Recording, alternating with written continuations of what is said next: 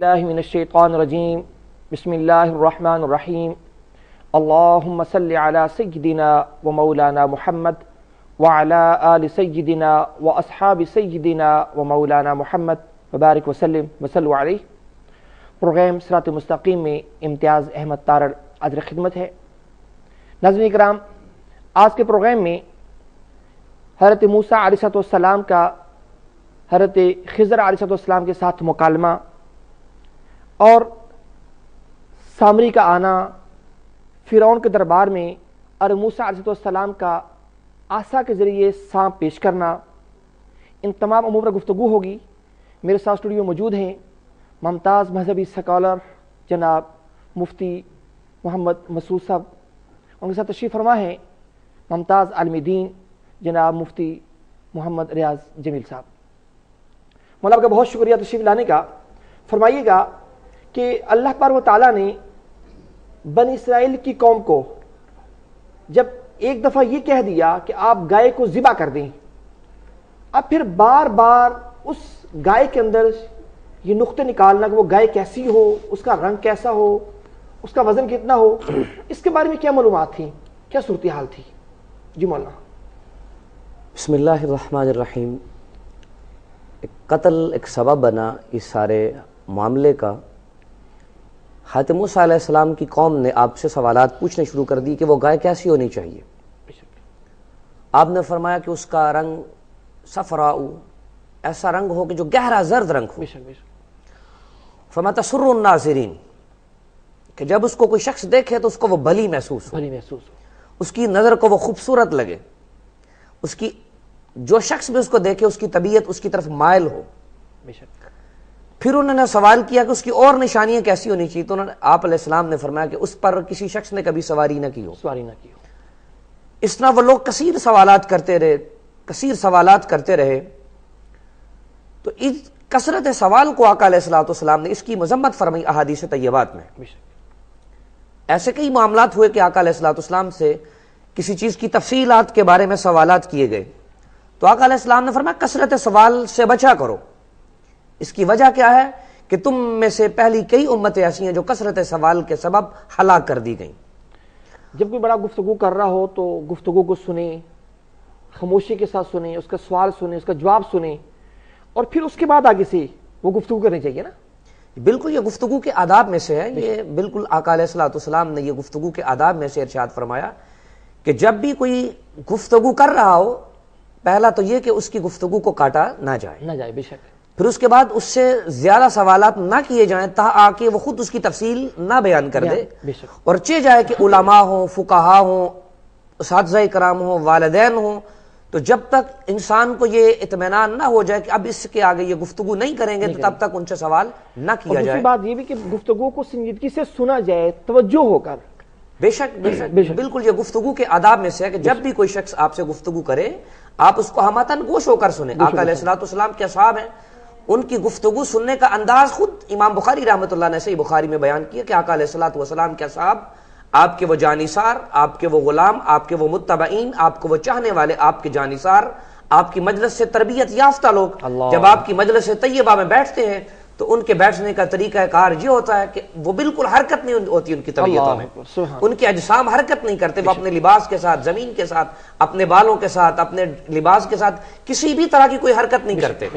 وہ اس میں وہ چیز ایک تو گفتگو کا آداب اور دوسرا مجلس محمدی صلی اللہ علیہ وسلم کے آداب بھی ہیں، اور یہ آداب ہمیں دین اسلام نے بزرگوں، والدین، اساتذہ، علماء اور مفتیان اعظام کی مجلسوں کے اور ان کی نشستوں کے آداب میں بھی اس چیز کو علماء اور فقہا نے بیان کیا۔ بے شک بے شک۔ مفتی صاحب آپ فرمائیے گا کہ بنی اسرائیل کی قوم میں قتل ہوا، قتل کے اسباب کیا تھے، کس وجہ سے وہ قتل ہوا جس کی بنا پر یہ گائے ذبح کرنے کا حکم دیا گیا، پھر قاتل کی نشاندہی کے لیے سارا سلسلہ شروع ہوا؟ بسم اللہ الرحمن الرحیم۔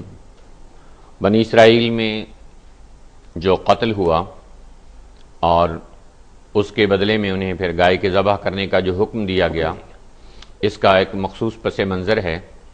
وہ یہ ہے کہ بنی اسرائیل میں ایک مالدار شخص تھا اور اس کی اولاد نہیں تھی، اور ایک ہی بیٹا تھا، تو وہ اس کے پاس بہت زیادہ مال تھا، تو اب اس کے لڑکوں نے یہ چاہا کہ اس کو، اس کے بھتیجوں نے یہ چاہا کہ اب ہم اپنے بھتیجے کو قتل کر دیں گے تو اس کے سارے مال کو ہم حاصل کرنے والے بن جائیں۔ جس طرح ہماری دنیا کے اندر ہوتا ہے آج کل رواج ہے، جس کے پاس مال ہے وہ مال لینے کے لیے کسی کو قتل کر دیا، مال کے لالچ میں اسے قتل کرنے کا منصوبہ بنایا گیا، چنانچہ اسے قتل کر دیا گیا، اور قتل کرنے کے بعد اس کی لاش کسی دور پار کی بستی میں جا کر پھینک دی گئی تاکہ لوگ ان کے اوپر شک کرنے والے نہ بنیں۔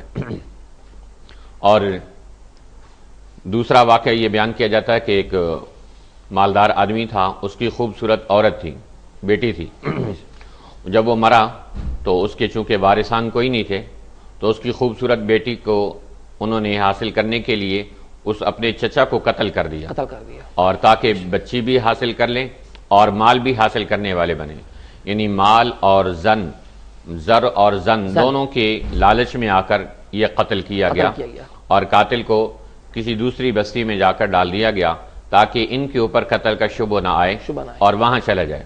بے شک اب جب یہ قتل ہو گیا تو پھر قاتل کی تلاش شروع ہوئی کہ اس کو قتل کس نے کیا ہے، تو اس کے بدلے کے طور پر اب قاتل طے نہیں ہو رہا تھا کہ کس نے کیا ہے، اور بالآخر جس بستی کے قریب سے اس کی لاش ملی وہاں ان کے اوپر شک اور شبہ ہونے لگا کہ کہیں ان لوگوں نے قتل کیا ہے، اور وہ صاف قتل سے انکار کرنے لگے کہ ہم میں سے کسی نے اس کو قتل نہیں کیا۔ چنانچہ قوم کے اندر ایک بڑے پیمانے پہ خون ریزی کا خطرہ پیدا ہو گیا، ایک طرف لاوارث مقتول تھا اور ایک طرف غائب قاتل تھے کہ جن کو کوئی پہچان نہیں رہا تھا کہ یہ کون ہے۔ بالآخر یہ قوم موسیٰ علیہ السلام کے پاس آئی اور کہنے لگی کہ ہمارے ہاں ایک آدمی قتل ہو گیا ہے اور اس کا قاتل معلوم نہیں ہو رہا، اور قوم میں شدید بے چینی ہے اور خون ریزی کا خطرہ ہے، آپ ارشاد فرمائیے کہ اس کا کیا حل ہے؟ تو حضرت موسیٰ علیہ السلام نے اللہ کی بارگاہ میں التجا کی کہ اللہ اس قتل کا کیسے حل نکالا جائے اور قاتل کا پتہ کیسے معلوم کیا جائے۔ تو اللہ تعالیٰ نے موسیٰ علیہ السلام کو فرمایا کہ ایک گائے لی جائے اور اس گائے کو ذبح کیا جائے اور اس کے گوشت کا ایک ٹکڑا اس مقتول کے جسم کے ساتھ لگا دیا جائے تو مقتول زندہ ہو جائے گا اور زندہ ہو کر بتائے گا کہ مجھے قتل کس نے کیا۔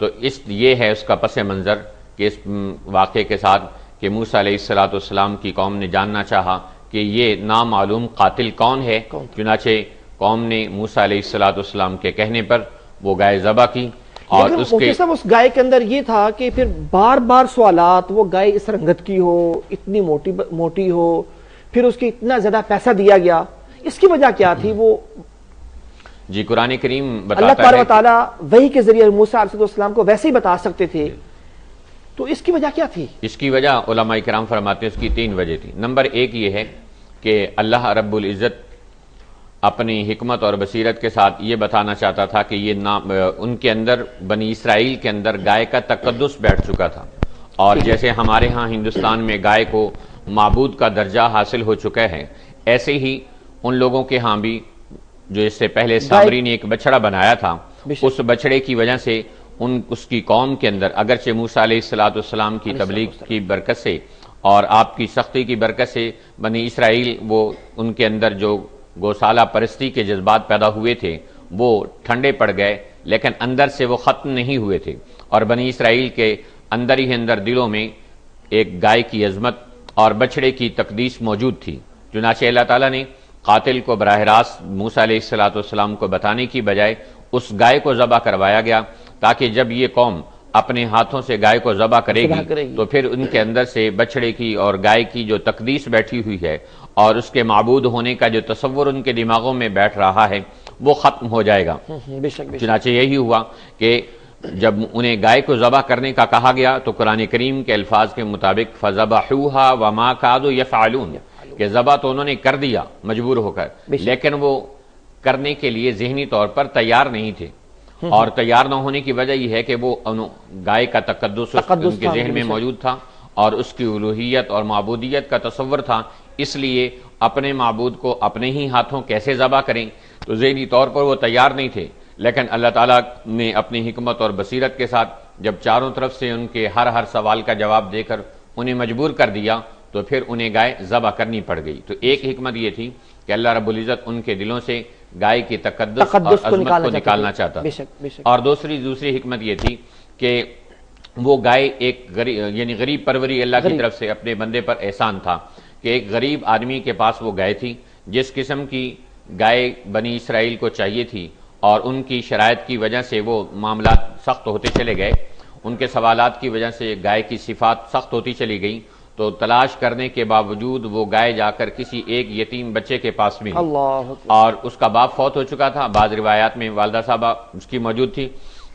تو دو روایت، ایک یہ ہے کہ ایک بڑا تاجر آیا، ہیرے کا تاجر، اور اس تاجر نے آ کے کہا کہ میں تمہیں یہ ہیرا بیچنا چاہتا ہوں، 80,000 میں تم لے لو۔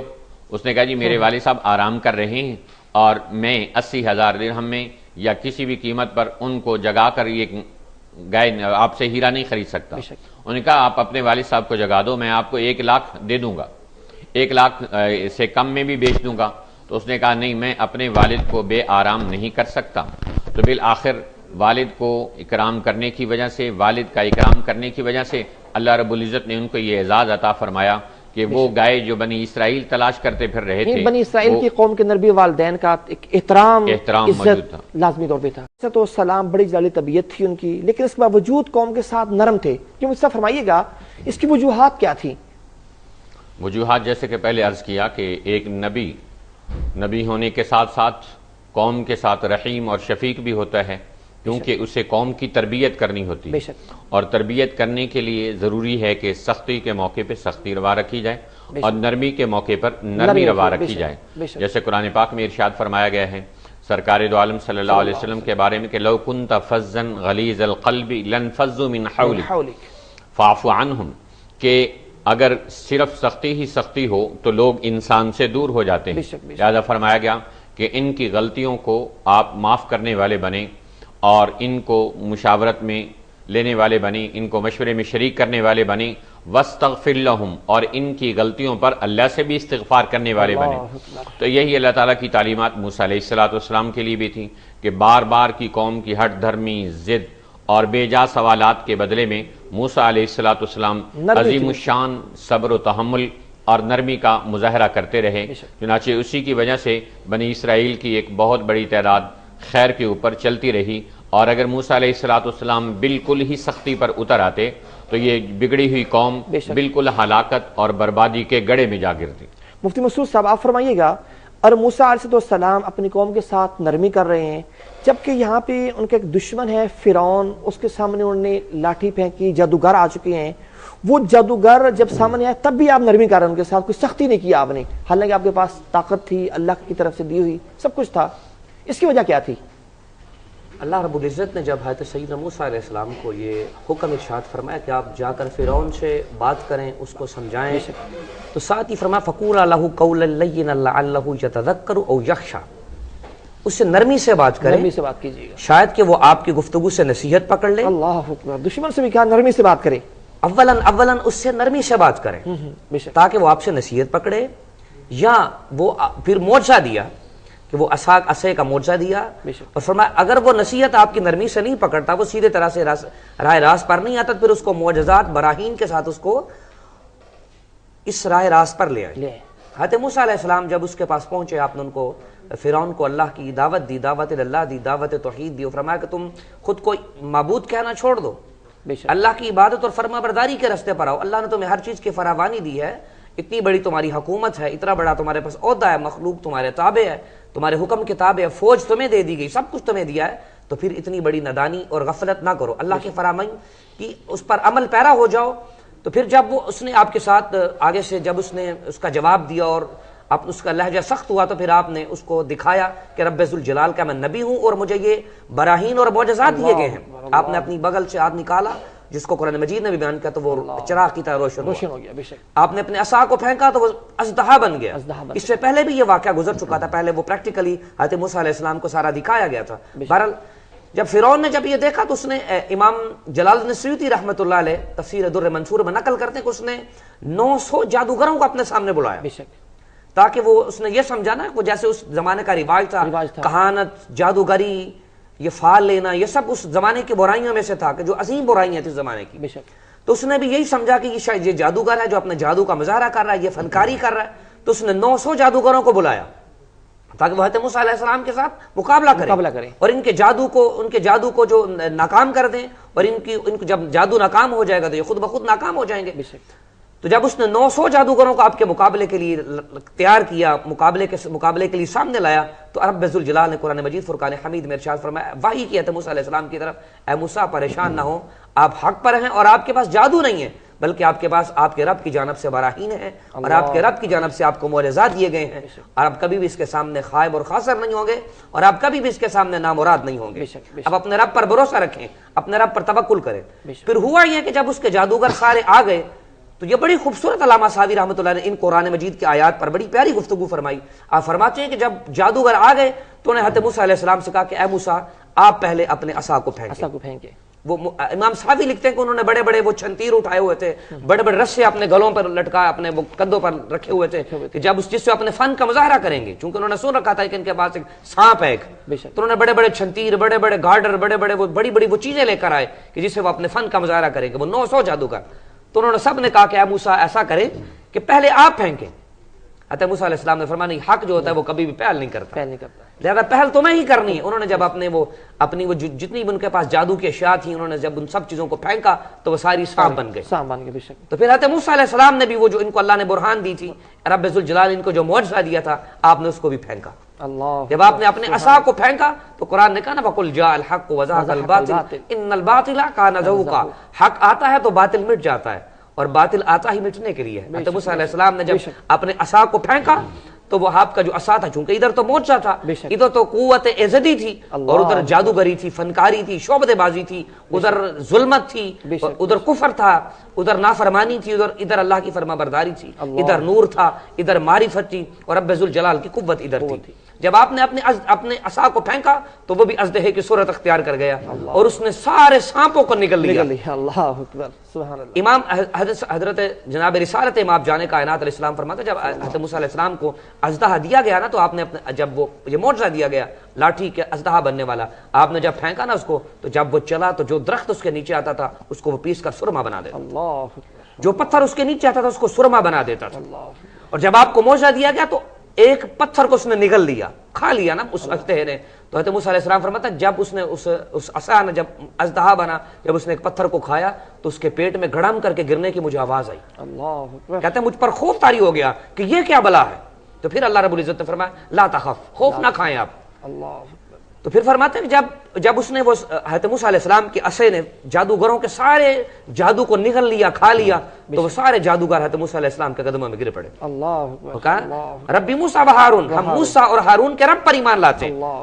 امام علامہ صاحبی رحمۃ اللہ علیہ یہاں پر ایک وجہ نقل کرتے ہیں کہ ان کے ایمان لانے کی وجہ کیا تھی۔ وہ ایک دم سے وہ باطل کو چھوڑ کر راہ راست پر آ گئے۔ ایک دم سے وہ ان کو پتا تھا کہ فرعون کے پاس دولت ہے، فرعون کے پاس بڑی نعمتیں ہیں، بڑے انعام و اکرام ہے، اور ادھر فقر و فاقہ ہے، ادھر رزق کی کمی ہے ظاہراً، اور رزق کی فراوانی کی کمی ہے، قلت ہے اور قلت اسباب ہے ادھر۔ لیکن اس کے باوجود انہوں نے فرعون کی بادشاہی کو چھوڑ کر، دھتکار کر، فرعون کی فراوانی کو دھتکار کر، اس کے مال و دولت کو دھتکار کر حضرت موسیٰ علیہ السلام کے قدموں پر اپنے سر کو رکھ کے اللہ کی تابعداری کو کیوں اس کی حامی بھر لی۔ آپ فرماتے ہیں کہ اس کی وجہ یہ بنی کہ جب مقابلے کے لیے آمنے سامنے تھے دونوں فریق، تو ان جادوگروں نے از راہ ادب حضرت موسیٰ علیہ السلام سے کہا تھا کہ پہلے آپ عصا پھینکیں۔ بے شک ان کا ایک لمحے کے لیے حضرت سیدنا موسیٰ علیہ السلام کا ادب کرنا اور ان کی ایک لمحے کے لیے احترام کرنا، اتنا بڑا اللہ کا ان پر انعام ہوا، اور اتنا بڑا اللہ نے ان کو درجہ دیا کہ وہ ایک لمحے پہلے یزید کے، ایک لمحہ پہلے وہ فرعون کے لشکریے ہیں، اور ٹھیک ایک لمحے بعد اس سارے مقابلے کے بعد وہ حضرت موسیٰ علیہ السلام کے متبعین اور آپ کے پیروکار اور اللہ کے مقبول بندے ہیں۔ اور آپ فرماتے ہیں کہ اس کی وجہ صرف اور صرف ایک نیکی بنی، اور وہ نیکی حضرت موسیٰ علیہ السلام کا ادب اور ایک لمحے کے لیے ان کا احترام کرنا تھا۔ اور یہ ایک لمحے کا احترام اور ایک ساتھ کی نیکی اور ایک پل کے لیے ان کا یہ احترام کرنا اور ان کے ایک پل کے لیے ان کے وقار کا اور عزت کا خیال رکھنا ان کے لیے اتنے بڑے انعام کا موجب ہے۔ ماشاءاللہ ماشاءاللہ۔ مفتی راجمیل صاحب، بنی اسرائیل کی قوم نے ہمیشہ اللہ کی نافرمانی کی، اللہ کے احکامات کو چھوڑا، لیکن آخر میں جا کر بنی اسرائیل نے ایک موقع پر انشاءاللہ کہا۔ یہ انشاءاللہ کہنا، اس سے ہمیں کیا سبق ملتا ہے؟ انہوں نے انشاءاللہ کیوں کہا تھا؟ جی، جب گائے کا ذبح کرنے کا معاملہ آگے بڑھا اور قوم مسلسل بہانے بازیاں کر رہی تھی کہ ہم کون سی گائے ذبح کریں، تو موسیٰ علیہ السلام اس کے بارے میں ان کو بتاتے رہے. کبھی وہ رنگ کے بارے میں سوال کرتے، کبھی اس کی کیفیت کے بارے میں سوال کرتے، اور کبھی کوئی سوال کرتے تو موسیٰ علیہ السلام اللہ کی طرف سے ملنے والے سوالات جوابات ان کو بتاتے رہے، اور گائے کی صفات بڑھتی رہی. یہاں تک کہ آخری مرتبہ علماء ان کی زبان سے یہ الفاظ یہ نکل گئے کہ انا انشاء اللہ لمہتدون، کہ انشاءاللہ اگر اللہ نے چاہا تو ہم یہ گائے پالیں گے اور ہم اس کو ذبح کرنے والے بن جائیں گے. تو مفسرین فرماتے ہیں کہ اب جو انہوں نے انشاء اللہ کا لفظ بولا، اس کی برکت سے اللہ تعالیٰ نے ان کی آزمائش کو تھوڑا کم کر دیا، ورنہ ایسی وہ سوالات کرتے رہتے اور گائے کا ملنا مشکل ترین ہو جاتا، جس کے بدلے میں قوم ایک شدید عذاب سے دوچار ہو جاتی. تو انشاء اللہ کے لفظ بولنے کی برکت سے ان کی آزمائش کا سلسلہ کم ہو گیا، اور اس کی برکت سے اللہ تعالیٰ نے انہیں گائے عطا فرما دی. اور اسی سے ہمیں یہ سبق ملتا ہے کہ ہم بھی اپنی زبانوں میں انشاء اللہ کے الفاظ استعمال کرنے والے بنے. خود قرآن کریم میں مسلمانوں کو یہ تعلیم دی گئی ہے وَلَا تَقُولَنَّ لِشَيْءٍ إِنِّي فَاعِلٌ ذَلِكَ غَدًا إِلَّا أَن يَشَاءَ اللَّهُ، کہ کوئی کام بھی جو آپ کل کرنا چاہیں تو اس کے بارے میں یہ کہنا چاہیے کہ انشاء اللہ، اگر میرے اللہ نے چاہا تو ایسا ہوگا. اس لیے کہ قرآن پاک میں ہے وَمَا تَشَاءُونَ إِلَّا أَن يَشَاءَ اللَّهُ رَبُّ الْعَالَمِينَ. اس دنیا میں انسانوں کی چاہت پوری نہیں ہوتی بلکہ اللہ کی چاہت پوری ہوتی ہے. فرعون نے جو چاہا کہ موسیٰ علیہ السلام اور ان کے ماننے والوں کو ختم کر دے، لیکن وہ نہیں ہوا. اور اسی طرح ابراہیم علیہ السلام کی قوم نے یہ چاہا کہ ابراہیم علیہ السلام کو آگ میں جلا دیا جائے اور ان کے نام لیواؤں کا نام و نشان مٹا دیا جائے. ایسے ہی حضور اکرم صلی اللہ علیہ وسلم کی قوم نے چاہا کہ اسلام کے ٹمٹماتے ہوئے چراغ کو بجھا دیا جائے. واللہ یتم نورہ ولو کرہ الکافرون، جبکہ اللہ اس اسلام کے نور کو پھیلانا چاہتا تھا. تو ایک طرف کافروں کی چاہت تھی، ایک طرف اللہ کی چاہت تھی، تو وہ ہوا جو اللہ چاہتے تھے. تو معلوم ہو آج بھی کون ہے جو بیمار ہونا چاہتا ہو. حدیث قدسی بھی ہے نا، اللہ تعالیٰ فرماتے ہیں کہ ایک میری چاہت ہے اور ایک میرے بندے کی چاہت ہے. بے شک اگر میرا بندہ میری چاہت پر چلے گا ہوگا وہی جو میرے بندے کی چاہت ہے. جی یہ فرمائیے گا. تو یہ حدیث قدسی میں یہ بتایا گیا کہ میرا بندہ ایک یبن آدم ترید و ارید، اے میرا بندہ ایک میری چاہت ہے اور ایک تیری چاہت ہے. اگر تو میری چاہت کو، اپنی چاہت کو میری چاہت کے سپرد کر دے گا تو پھر وہی ہوگا جو تو چاہے گا، اور اگر تو اپنی چاہت کو میرے حوالے نہیں کرے گا تو پھر بھی وہی ہوگا جو میں چاہوں گا، اور اس وقت میں تمہیں تمہاری چاہت میں ذلیل کر کے رکھ دوں گا. تو اس دنیا میں قرآن کہتا ہے وَمَا تَسْقُطُ مِن وَرَقَةٍ إِلَّا يَعْلَمُهَا، ایک پتا بھی اللہ کی چاہت اور علم اور اجازت کے بغیر زمین پہ نہیں گر سکتا. ہم دیکھتے ہیں کون بیمار ہونا چاہتا ہے ہم میں سے، کون موت کا سامنا کرنا چاہتا ہے، کون ایکسیڈنٹ کا شکار ہونا چاہتا ہے. اس کے باوجود لوگ مرتے ہیں، لوگ ایکسیڈنٹوں کے ساتھ زخمی ہوتے ہیں، اور لوگ موت کے تیر کھا کھا کر قبر کے پاتال میں ہمیشہ کے لیے اتر کر مٹی کی چادر اوڑھ کر سو جاتے ہیں. یہ اس بات کی علامت ہے کہ اس دنیا میں وہ نہیں ہو رہا جو لوگ چاہتے ہیں بلکہ وہ ہو رہا جو اللہ چاہتے ہیں.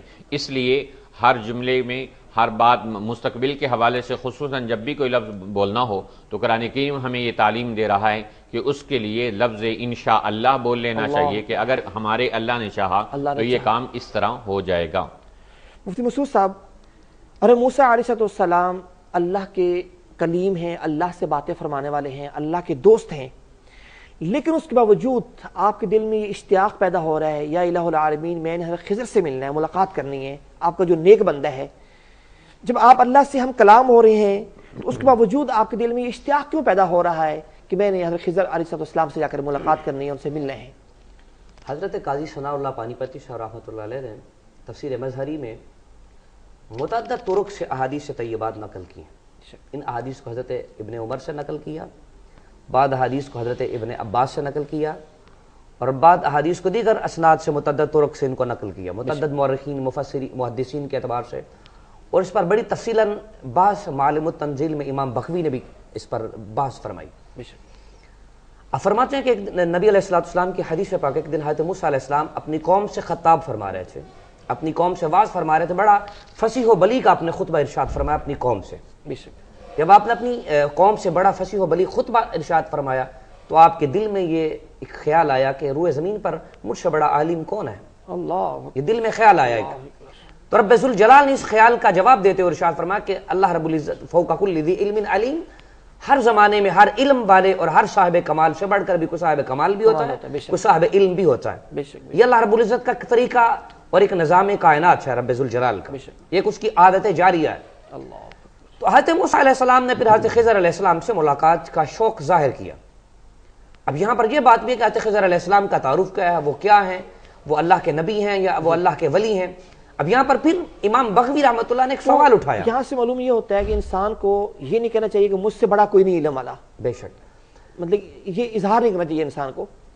اس بات کو عارفین نے، صوفیاء نے بڑی وضاحت سے بیان کیا۔ عارفین کہتے ہیں جو شخص یہ کہے نا کہ کائنات میں مجھ سے بڑھ کر عالم کوئی نہیں، تو سمجھ لو کہ اس سے بڑا جاہل کوئی نہیں، بے شک بے شک، کیونکہ اگر علم آتا تو اس میں یہ تکبر کبھی بھی نہ آتا، تکبر نہ آتا۔ اور عارفین کہتے ہیں اگر کوئی شخص یہ کہے کہ مجھ سے بڑا کائنات میں عقل مند کوئی نہیں، تو جان لو کہ کائنات میں وہ بڑا بے وقوف آدمی ہے۔ اوہ اللہ، اگر کوئی شخص یہ سمجھے کہ کائنات میں یہ جو خوبی مجھ میں ہے، ایسی خوبی کسی میں بھی نہیں، تو سمجھ لو کہ اس میں وہ خوبی بالکل سرے سے ہے ہی نہیں۔ اللہ، کیونکہ رب ذوالجلال نے ہر آدمی پر کسی نہ کسی کو درجہ دے کر بٹھا رکھا ہے، بٹھا رکھا ہے تاکہ غرور اور تکبر کا ماحول پیدا نہ ہو۔ اور تکبر جو ہے انسان کے علم کو کھا جاتا ہے، انسان کے علم کو کھا جاتا ہے، کیونکہ تکبر جو ہے یہ ظالمین کی صفت ہے، بے شک، اور علم نور ہے، اور نور کا اور ظلمت کا ایک جگہ پر اکٹھا ہونا یہ محال ہے۔ بے شک بے شک۔ تو میں یہ بات کر رہا تھا حضرت خضر علیہ السلام کے ساتھ جناب موسیٰ علیہ السلام نے ملاقات کا شوق جو ہے، وہ ملاقات کا وہ شوق کا وہ اظہار کیا۔ تو رب ذوالجلال نے فرمایا کہ آپ حضرت خضر علیہ السلام سے مل لیں۔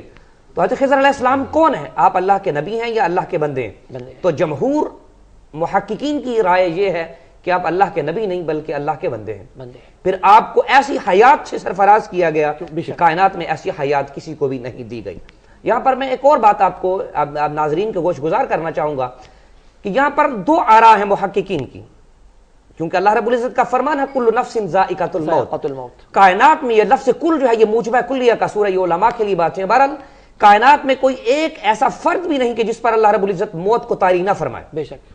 تو پھر اب یہاں پر یہ سوال امام بغوی نے یہ بڑی بحث چھیڑی۔ یہاں پر امام بغوی کہتے ہیں کہ حضرت جناب خضر علیہ السلام کو اگر حیات ابدی دے دی گئی تو کل نفس ذائقۃ الموت کا مطلب کیا ہے؟ مطلب کیا؟ بے شک بے شک۔ اور اگر کل نفس ذائقۃ ظاہری بات ہے، قرآن کا یہ فرمان اور حق ہے، اور قرآن کے ایک لفظ کا بھی انکار کفر ہے، بے شک۔ تو پھر حضرت خضر علیہ السلام کو حیات ابدی دینے کا مطلب اور مفہوم کیا ہے؟ بے شک بے شک۔ تو اس کا جواب یہ دیا جاتا ہے محققین کی جانب سے کہ پیر کے دن، سوموار کے دن حضرت خضر علیہ السلام پر ایک لمحے کے لیے رب ذوالجلال نے موت کو طاری کیا تھا۔ جب ان پر موت طاری کر دی گئی تو پھر ٹھیک اگلے لمحے اس کو مواہب الدنیا میں بھی نقل کیا، علامہ زرقانی نے اس کو نقل کیا، کثیر مفسرین نے اور محققین نے اس کو نقل کیا۔ ایک لمحے کے لیے موت کو طاری کیا گیا، پھر وہی روح کو ان کے جسم میں لوٹا دیا گیا تاکہ اللہ رب العزت کا فرمان بھی پورا ہو جائے۔ اور ان کے لیے پھر دو باتیں کہ ان کو حیات ابدی کیوں دی گئی۔ ایک تو عمومی طور پر ہم یہ بات سنتے ہیں کہ آپ نے آب حیات پیا تھا، اس سے غسل کیا تھا، حضرت ذوالقرنین بھی آپ کے پیچھے پیچھے اس کی تلاش میں نکلے تھے۔ اور ایک اور وجہ جو قاضی ثناء اللہ پانی پتی نے تفسیر مظہری میں نقل کی وہ یہ ہے کہ حضرت سیدنا آدم علیہ السلام نے دعا مانگی تھی کہ یا الہ العالمین، جو شخص میرا جنازہ پڑھے گا اس کو ایسی زندگی عطا فرمانا کہ جو قیامت تک کے لیے وہ زندہ ہو، جس نے جنازہ میرا پڑھایا۔ تو حضرت نوح علیہ السلام کے طوفان کے بعد، جو امام صاحب در منصور اس کو نقل فرماتے ہیں کہ حضرت نوح علیہ السلام کے طوفان کے بعد حضرت خضر علیہ السلام نے حضرت جناب آدم علیہ السلام کے جنازے کی جماعت کروائی۔ تو اس کے شرف میں قبولیت دعا کی وجہ سے آپ کو یہ حیات ابدی دے دی گئی۔ اور اب حضرت خضر علیہ السلام جنگلوں میں، صحراؤں میں گشت کرتے ہیں اور اللہ کے جو بندے راستہ بھول جاتے ہیں، احادیث طیبات میں آقا علیہ السلام نے بھی پورا تفصیل کے ساتھ اس کو بیان کیا۔ نسیم و ریاض میں قاضی ایاز مالکی علامہ خفاجی رحمۃ اللہ نے بھی اس پر ایک پورا چیپٹر باندھا۔ حضرت خضر علیہ السلام جنگلوں، پھر اس کی حیات جو ہے حضرت خضر علیہ السلام کی جو حیات ہے، زندگی ہے، اس کی نوعیت کیا ہے؟ وہ کس طرح کی زندگی ہے؟ جس طرح ہماری زندگی اس طرح کی ہے یا کوئی ہم سے مخفی ہے؟ کس طرح کی ہے وہ؟ اس میں دو آراء ہیں۔ ایک تو حضرت شاہ نقش بند حضرت مجدد الفسانی کی رائے ہے۔ آپ فرماتے ہیں کہ ان کو اللہ رب العزت، ان کی رائے ان کا نقطہ نظر یہ ہے کہ ان کی زندگی اس طرح کی ہے کہ ان کی روح کی زندگی ہے، لیکن اللہ رب العزت نے ان کو یہ قوت عطا کر رکھی، جب وہ چاہتے ہیں وہ صورت جسمی میں آ جاتے ہیں۔ ان کا موقف یہ ہے حضرت مجدد الفسانی رحمۃ اللہ علیہ کا، اس پر وہ کہتے ہیں کہ اپنا وہ خود مکتوبات میں لکھتے ہیں، کیا فرماتے ہیں مجھے ایک مرتبہ شوق ہوا کہ میں حضرت خضر علیہ السلام کی زندگی کے بارے میں جانوں، تو آپ فرماتے ہیں میں نے دعا مانگی کہ یا الہ العالمین اپنے بندے خضر سے میری ملاقات کروا۔ میری ان سے ملاقات ہوئی تو میں نے ان سے پوچھا کہ آپ کی زندگی کیسی ہے؟ تو آپ فرماتے ہیں اللہ رب العزت نے مجھے موت دے دی ہے، میری روح کو زندگی دی ہے، جب میں چاہتا ہوں تو صورت آدمیت میں آ جاتا ہوں. یہ تو ان کی رائے تھی. اس کے علاوہ دیگر محققین اور جمہور علماء کی رائے یہ ہے کہ ایک لمحے کے لیے آپ پر موت کو نازل کیا گیا، اور پھر اس کے بعد آپ کو جس طرح ہماری زندگی ہے جسم کے ساتھ اور روح کے ساتھ بعینی ہی ہماری زندگیوں کی طرح آپ کو زندگی عطا کر دی گئی. اور پھر اس پر احادیث طیبات بھی نقل کی مورخین نے، محدثین نے. وہ یہ کہتے ہیں الیاس علیہ السلام اور جناب خضر علیہ السلام ہر سال حج پر اکٹھے ہوتے ہیں، اور یہ حج پر ان کا اکٹھا ہونا یہ ان کی زندگی پر اور صورت جسمی کے ساتھ ان کی زندگی پر دلیل ہے. مفتی ریاض جمیل صاحب، آپ فرمائیے گا کہ اگر کوئی آدمی حضرت خضر علیہ السلام کو دیکھنا چاہے کیا ممکن ہے ملاقات ان کے ساتھ؟ جن علماء کرام اور صاحب کشف حضرات کا یہ ذہن ہے اور عقیدہ ہے کہ حضرت خضر علیہ السلام زندہ ہیں، ان کا بہت سارے مبشرات اور خواب ایسے ہیں کہ جن میں ان کی ملاقات حضرت خضر علیہ السلام سے ہوئی ہے. جیسا کہ قبلہ مفتی صاحب نے ذکر کیا کہ حضرت مجدد الفسانی رحمۃ اللہ علیہ کی ملاقات ہوئی. تاریخ میں ایسے اور بہت سارے واقعات ملتے ہیں کہ لوگوں کی حضرت خضر علیہ السلام سے ملاقات ہوئی. یہ ملاقاتیں اور یہ خواب کی باتیں خود اس بات کی نشانی ہیں کہ موسی حضرت خضر علیہ السلام زندہ ہیں اور ان کا وجود موجود ہے، اور لوگ ان کو ملاقات بھی کرتے ہیں اور خواب کے ذریعے سے بھی ان کی ملاقات کے اسباب موجود ہیں. مفتی صاحب ماشاءاللہ آپ نے بڑی خوبصورت گفتگو فرمائی. مفتی قبلہ مسعود صاحب، آپ نے حضرت خضر علیہ السلام کی جو حیات تھی، جو ملاقاتیں تھیں، ان کے اوپر آپ نے روشنی ڈالی. مفتی صاحب نے ماشاءاللہ بڑی خوبصورت گفتگو فرمائی. آپ دونوں احباب کا بہت شکریہ. ناظرین کرام، حضرت خضر علیہ السلام کی زندگی کیا ہے اور موسی علیہ السلام کے ساتھ آپ کی ملاقات ہوئی تو پھر کیا مکالمہ ہوا، قرآن مجید نے اس کا کس خوبصورتی کے ساتھ نقشہ کھینچا، انشاءاللہ العزیز اس پر گفتگو اگلے پروگرام میں کریں گے. اپنے میزبان امتیاز احمد تارو کو اجازت دیجیے. اللہ حافظ.